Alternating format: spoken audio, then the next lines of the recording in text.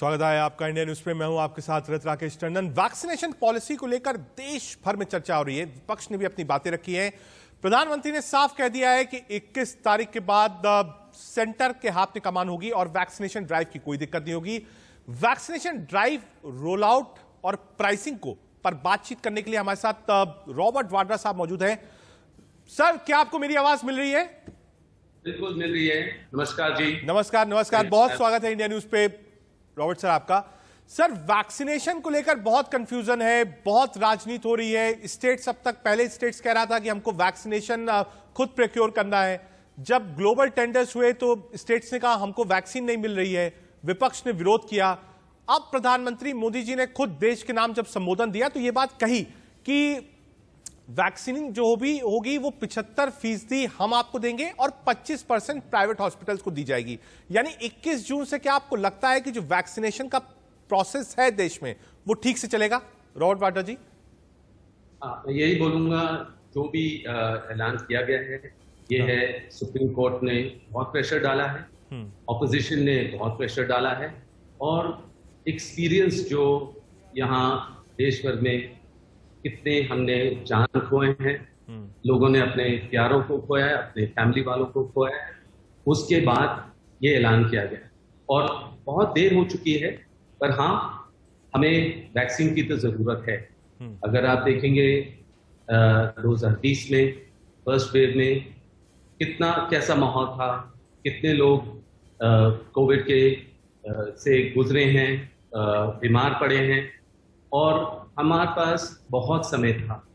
और मेरी फैमिली ने भी, डॉक्टर मनमोहन सिंह ने जी और सोनिया जी ने भी और राहुल ने भी बोला था दिसंबर में कि हमें वैक्सीन का ड्राइव पूरा फुल फोर्स पे करना चाहिए। हमारा जो गवर्नमेंट का सोच था या एरोगेंस था या सोच रहे कि हमारे पास हर्ड इम्यूनिटी है और कंप्लेसेंट हो गए थे, मतलब कि उन्होंने कुछ ध्यान नहीं दिया और मतलब सोचा कि अब हम मुक्ति पा गए हैं कोविड से, पर वो गलत था। कोई हर्ड इम्यूनिटी नहीं थी और सारे वैक्सीन बाहर एक्सपोर्ट कर दिए गए थे और उन सब ने जय जयकार की और वाह वाह किया। पर हमारी आबादी इतनी है, हमारी पॉपुलेशन इतनी हाई है, हमें पहले सोचना था अपने लोगों के वैक्सीन के। बीच में आपको इंटरप्ट कर रहा हूं। हमने देखा कि 130 करोड़ के ऊपर का देश है हमारा, तो हम कंपैरिजन यूके यूएस के साथ नहीं कर सकते, इनकी पॉपुलेशन कम है। सवाल यह भी उठ रहा है और सरकार कह रही है, सरकार यह दावा कर रही है कि दिसंबर 2021 तक इस देश में हर व्यक्ति को वैक्सीन लग जाएगा, पहला। और सरकार कह रही है कि विपक्ष सिर्फ और सिर्फ प्रधानमंत्री के नाम को बदनाम करने में लगा हुआ है। कहा प्रधानमंत्री काम कर रहे हैं, प्रधानमंत्री 24 घंटा कोविड को नियंत्रण करने में लगे हुए हैं, प्रधानमंत्री बाहर की कंपनी से बात कर रहे हैं, कोवैक्सीन और कोविशील्ड जल्दी से जल्दी बनाई गई। और प्रधानमंत्री ने भी उस दिन कहा कि जितनी जल्दी देश में वैक्सीन बन गई, इतनी जल्दी कोई वैक्सीन पिछले 70 सालों में नहीं बनी। ये खुद प्रधानमंत्री ने कहा। मैं यही कहूंगा कि जो सोच है, अगर हमारी आबादी इतनी है, मैं फिर से वही दोहरा रहा हूं, तो हमारे वैक्सीन हमने बाहर क्यों दिए? पहला एकदम से ये पहला फेज तो है, सेकंड फेज है। अब पहला फेज में तो इतना एक्सपीरियंस था, उसके बाद सारे वैक्सीन बाहर गए, लोगों ने उनको बोला कि वैक्सीन ड्राइव यहां होनी चाहिए। सेकंड वेव इतना बुरा हुआ, लोग इतने सारे, मतलब कि हमने गवाए हैं लोग और मतलब मौत हुई और इतने सारे लोग बीमार पड़े, ना उनके पास ऑक्सीजन था, ना आईसीयू बेड्स थे, ना मेडिसिन थे और सबसे जरूरी वैक्सीन करना जरूरी था। पर इतने समय भी पता था क्या हो रहा है और फिर भी आप लोग 5 स्टेट में आप इलेक्शंस करते हो और स्पिरिचुअल रैलीज करते हो, यहाँ कुंभ में और अपने यहाँ गुजरात वगैरह में। तो मैं ये कह रहा हूं कि ये एक्सपीरियंस की वजह से सुपर स्प्रेड हुआ।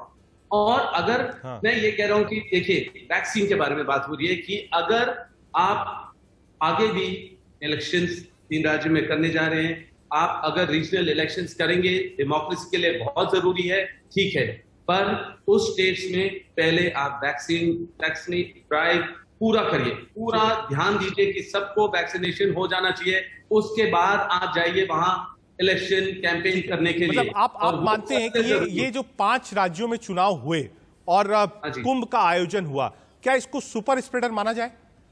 बिल्कुल माना जाएगा। ये मैं नहीं बोल रहा हूं, जो भी मैं आज बोल रहा हूं, लोग हमें अप्रोच करते हैं, मुझे अप्रोच करते हैं, घर के बाहर, दफ्तर के बाहर, आगे पीछे लोग कह रहे हैं कि हम तो बहुत डरे हुए हैं। एक तो पैसे नहीं है, कोई आमदनी नहीं है, लॉकडाउन धीरे धीरे करके मतलब बढ़ा दिया गया और मतलब कि पेट्रोल प्राइसेस बढ़ा दिए गए। पर अगर हम बाहर आएंगे, लोगों के बीच में रहेंगे, तो हमें वैक्सीनेशन होना बहुत जरूरी है। वैक्सीनेशन चाहिए हमें। तो वो कह रहे हैं कि अभी ये 75% की बात की है, आप कह रहे हैं कि हम आरोग्य सेतु के द्वारा कर रहे हैं, और जो भी हमने मेहनत की है, हमें कुछ पता नहीं है कौन सा सेंटर है, हमें ये नहीं पता है कि उसके बाद थोड़ा डर है कि क्या आफ्टर इफेक्ट, साइड इफेक्ट होता है, तो वो उनके दिमाग में बैठा हुआ है। हाँ, बताइए। वड़ साहब, एक चीज मैं और समझना चाहूंगा आपसे।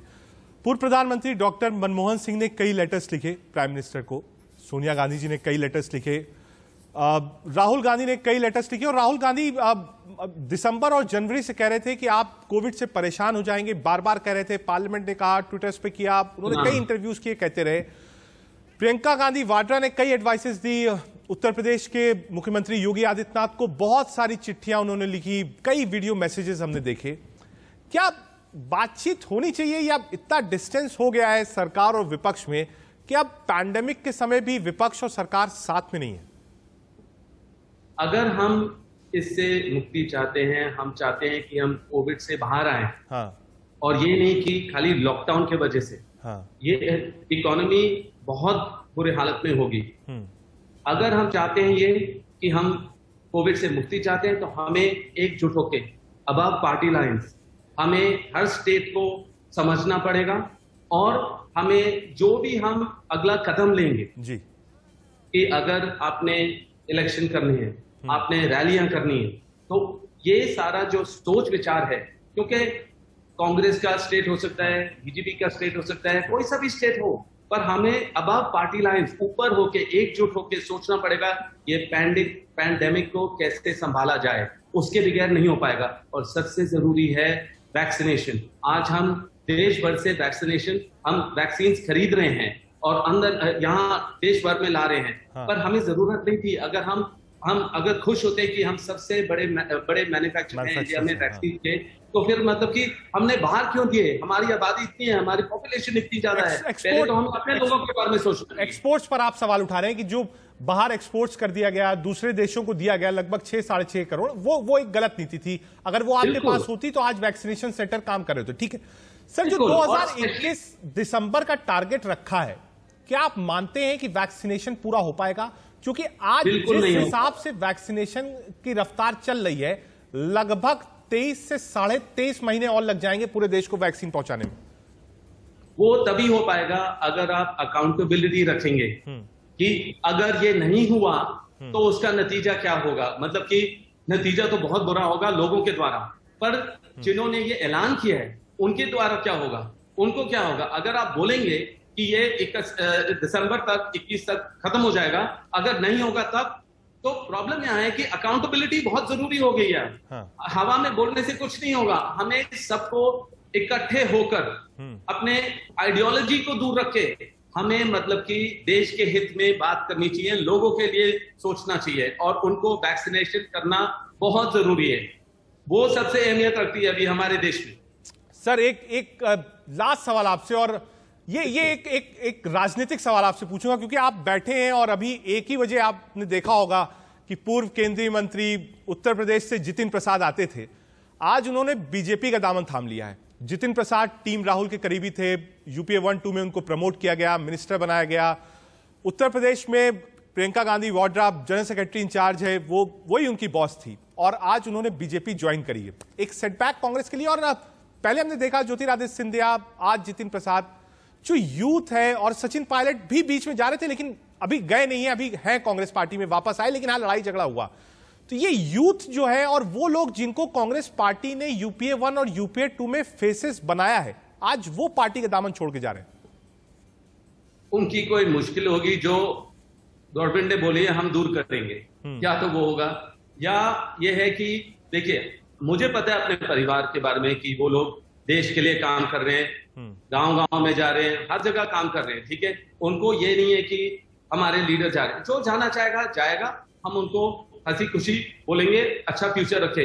पर सबसे जरूरी है कि हम लोगों के लिए काम करेंगे, और मुझे पता है ये बदलाव आएगा और ये लोग सारे वापस आएंगे। तो इनका सोच विचार इसी तरीके से है। अगर वो उनको कोई पोस्ट नहीं दिया जाए या कुछ नहीं होगा तो वो हमारे साथ इस तरीके से ये स्वभाव रखेंगे। पर ये है कि हम आगे बढ़ेंगे, तो मुझे पता है कि मेरा परिवार आगे बढ़ेगा और कांग्रेस को आगे ले जाएगा, लोगों के द्वारा ले जाएगा और लोगों के साथ उनके लिए काम करेगा। जो जाएगा छोड़ के जाएगा, हम उनको हंसी खुशी बोलेंगे अच्छा फ्यूचर रखे। पर जरूर कुछ ना कोई तरीका होता है उनको ल्योर करने का और कुछ कुछ देने का, या जो भी है मुझे नहीं पता है। पर मेरा ये सोच है कि अब जो जा रहे हैं तो हंसी खुशी जाएं, बहुत अच्छा है, जहां जाना जाएंगे जाएं। ठीक है रॉबर्ट वाड्रा साहब, आप हमसे जुड़े लाइव, आपने वैक्सीनेशन पर तमाम चीज दी, बहुत शुक्रिया आपका हमसे लाइव जुड़ने के लिए। रॉबर्ट वाड्रा साहब हमारे साथ थे और साफ उन्होंने बताया कि वैक्सीनेशन का प्रोसेस जो है वो स्लो चल रहा है। एक्सपोर्ट्स पर उन्होंने सवाल उठाए, इलेक्शंस और कुंभ पर भी सवाल उठाए, और जितिन प्रसाद की जाने पे बोले कोई ना कोई मजबूरी जरूर रही होगी जो जितिन आज भाजपा में चले गए। बुलेटिन में फिलहाल इतना ही, एक छोटा सा ब्रेक, आप देखते रहिए इंडियन न्यूज़।